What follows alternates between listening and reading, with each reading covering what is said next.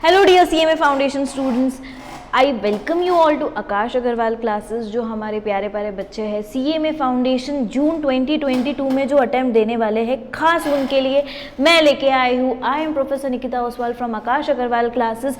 आपके लिए स्पेशली ये वीडियो है कि इकोनॉमिक्स ये जो सब्जेक्ट है इसमें कौन से ऐसे मिस्टेक्स हैं जो आपको अवॉइड करने हैं और कौन सी ऐसी चीज़ें हैं जो आपको करनी ही है before you are going to your exam.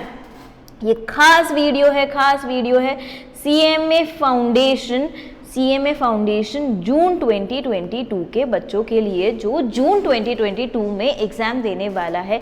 खास उनके लिए ये वीडियो है। पूरा वीडियो देखिएगा सो दैट वी वांट कि हमारे बच्चे ऐसे गलती ना करें और हमारे बच्चे बहुत अच्छे मार्क्स से स्कोर करें। तो चलो देखिए ऐसे कौन से मिस्टेक्स है जो बच्चों ने अवॉइड करनी चाहिए या फिर नहीं करनी चाहिए, या ऐसी कौन सी चीज़ें हैं जो आपको करनी चाहिए। सबसे पहली चीज़, अच्छा मेरे को पता है कि इकोनॉमिक्स ये जो सब्जेक्ट है बहुत बच्चों को डर लगता है। डर इसलिए लगता है क्योंकि ये थ्योरी सब्जेक्ट है, मतलब थ्योरी सब्जेक्ट है। बचपन से थ्योरी पढ़ना। बेटा पढ़ना तो पड़ेगा, आखिर में प्रोफेशनल कोर्स है ना, प्रोफेशनल कोर्स से पढ़ना तो पड़ेगा। Now you are in a race and you have to reach your goal. उसके लिए पढ़ना पड़ेगा। अच्छा इकोनॉमिक्स है, थ्योरी सब्जेक्ट है, क्या करना है क्या नहीं करना है, कैसे करना है, वो भी मैं आपके लिए लेके आऊंगी। आपको बिल्कुल भी टेंशन लेने की जरूरत नहीं है। जब आकाश अग्रवाल क्लासेस आपके साथ है तो आपको बिल्कुल भी टेंशन लेने की जरूरत नहीं है। अच्छा मैम, तो इकोनॉमिक्स है तो इसमें ऐसी कौन सी चीजें हैं जो आपको करनी चाहिए? आपको यहाँ पे मैं लिख भी देती हूँ थ्योरी सब्जेक्ट आपके लिए, बराबर, ठीक है।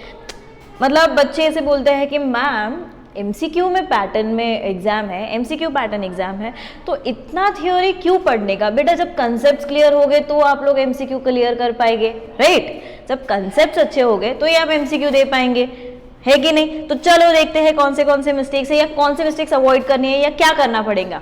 बच्चे पास्ट पेपर, एमटीपी, वर्कबुक कुछ भी सॉल्व नहीं करते हैं। तो सबसे फर्स्ट चीज जो आपको करनी है वो ये है, solving of past paper, MTP, RTP तो आपको आई नहीं थी, सिर्फ 1-2 बार आई हुई है। वर्कबुक जो इंस्टीट्यूट वर्कबुक देती है ना, वो भी आपको करनी, कुछ रीजन रहेगा इसीलिए देती रहेंगी, बराबर है, तो वो भी आपको करना है। उसी के साथ साथ आपको बिट एमसीक्यू भी करना है, करने हैं। ये बच्चे बहुत ज़्यादा भूलते हैं, इसको इग्नोर कर देते हैं, ये भी भूल जाते कि एमसीक्यू का पेपर है। ऐसे नहीं करना चाहिए, बराबर है। तो एमसीक्यू सॉल्विंग होना चाहिए। पास्ट पेपर सॉल्व करो, एमटीपी सॉल्व करो, वर्कबुक सॉल्व करो, बिट एमसीक्यू सॉल्व करो, सारी चीज़ें सॉल्व करो। दूसरी चीज़ ये है कि ठीक है आपने कई क्लासेस लगाए रहेंगे या आप सेल्फ स्टडी करते रहेंगे, कोई प्रॉब्लम नहीं है, लेकिन बच्चे क्या करते हैं, ठीक है अभी मैंने पढ़ा लिया तो ठीक है हमको ये आता है वो आता है, डायरेक्टली कब मिलेंगे? अभी एग्जाम के वक्त मिलेंगे, ऐसी वाली चीज़ होती है। लेकिन वो चलेगा क्या? नहीं चलेगा। इसीलिए आपको क्या करना पड़ेगा? रिविजन करना पड़ेगा। सबसे इंपॉर्टेंट चीज़ है, आपको क्या करना पड़ेगा? रिविजन करना पड़ेगा। मतलब क्या है? जो थोड़ा बहुत थ्योरी है उसको आप क्या करो? Read loudly. उसको आप क्या करेंगे? जोर से पढ़ेंगे, क्योंकि थ्योरी सब्जेक्ट है। बहुत लोग, मतलब एक्चुअली मेरी भी आदत थी कि जब थ्योरी आता है ना तो मैं ऐसे घूम के चल के लाउडली जोर से बोल के पढ़ने की। बहुत लोगों को अपने आप शांत माइंड से पढ़ना रहता है, बट मैं वैसे करने की। तो you can do that, it is a very good trick, you can apply to it. दूसरी चीज, आपको थोड़े बहुत क्वेश्चंस भी आते हैं तो सॉल्विंग भी होना चाहिए। थोड़ी बहुत एमसीक्यूज में आपको पता है कि प्रैक्टिकल सम्स भी आते हैं। प्राइस इलास्टिसिटी फाइंड करो, बराबर है, एमआर एआर वो सब कुछ रहता है मार्केट में जो है, तो आपको थोड़ा बहुत सॉल्विंग भी रहता है, तो वो भी आपको करना है, राइट? फिर क्योंकि बच्चे रिवीजन करते नहीं है तो भूल जाते हैं, ऑब्वियस बात है भूल जाते हैं। मैं ये भी आपको डेफिनेटली आपके लिए लेके आने वाली हूँ कि रिवीजन भी कितने इंटरवल्स में आपको करना है, वो भी आपके लिए लेके आने वाली हूँ। बट फिलहाल के लिए ये सारे मिस्टेक्स आपको नहीं करने हैं, ये सारी चीज़ें आपको अच्छे से पढ़ना है। राइट। उसके बाद एक प्रॉपर टाइम टेबल होना चाहिए। क्या होना चाहिए? एक प्रॉपर टाइम टेबल होना चाहिए आपके पास, एक प्रॉपर प्लानिंग होनी चाहिए हर एक चीज की। मैं सिर्फ ये सब्जेक्ट के लिए नहीं बोल रही हूँ, बाकी सारे सब्जेक्ट्स के लिए भी बोल रही हूँ। आपने देखा रहेगा बच्चे कैसे करते हैं, मतलब आधा घंटा मैथ्स कर लिया, आधा घंटा इकोनॉमिक्स कर लिया, आधा घंटा ये कर लिया, मैनेजमेंट कर लिया, आधा घंटा अपन लोगों ने अकाउंट्स कर लिया, आधा घंटा लॉ कर लिया।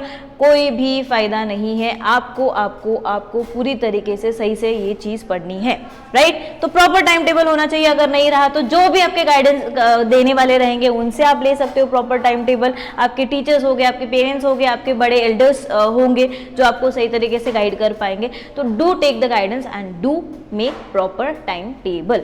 हर सब्जेक्ट को कितना टाइम देना है, कितना टाइम नहीं देना है, कौन से टॉपिक को कितना टाइम देना है, कितना टाइम नहीं देना है, वो आपको सही तरीके से करना पड़ेगा। नेक्स्ट चीज अपन सिर्फ पढ़ रहे हैं, दूसरों को दिखाने के लिए पढ़ रहे कि मैंने 8 घंटे पढ़ा, मैंने 10 घंटे पढ़ा, मैंने 12 घंटे पढ़ा। भाई जितना भी पढ़ रहे हो उतना कॉन्सेंट्रेशन के साथ तो पढ़ रहे हो क्या तुम लोग?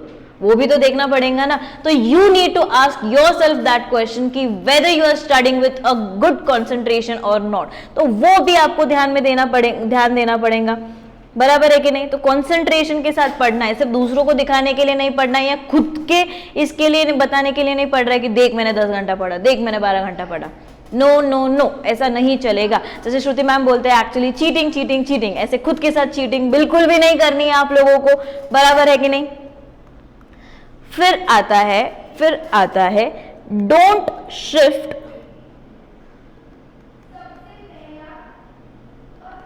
Directly on MCQ। डायरेक्टली आपको MCQ पे शिफ्ट नहीं होना है। फर्स्ट रीड थ्योरी, पहले थ्योरी पढ़ो भाई, पहले थ्योरी पढ़ो, उसके बाद MCQ पे जाओ। जो मैंने तुमको स्टार्टिंग में ही बोला था कि कंसेप्ट ध्यान में रहेंगे तो तुम कहीं जाके MCQ पढ़ पाएंगे, बराबर है कि नहीं। कंसेप्ट ध्यान में रहेंगे तो MCQ पढ़ पाएंगे। इसीलिए डायरेक्टली आपको थ्योरी MCQ पे उड़ी नहीं मारनी है, पहले थ्योरी पढ़ना है और उसके बाद सही तरीके से MCQ पढ़ना है। तो ये सारे मिस्टेक्स है या ये सारी चीजें हैं जो आपको एग्जाम के पहले करनी है। Avoid these mistakes, avoid some of the mistakes which I have told you कि थ्योरी पे डायरेक्टली मत उड़ी मारो, MCQ पढ़ो, don't avoid solving past paper, MTP, RTP। तो ये सारे मिस्टेक्स है।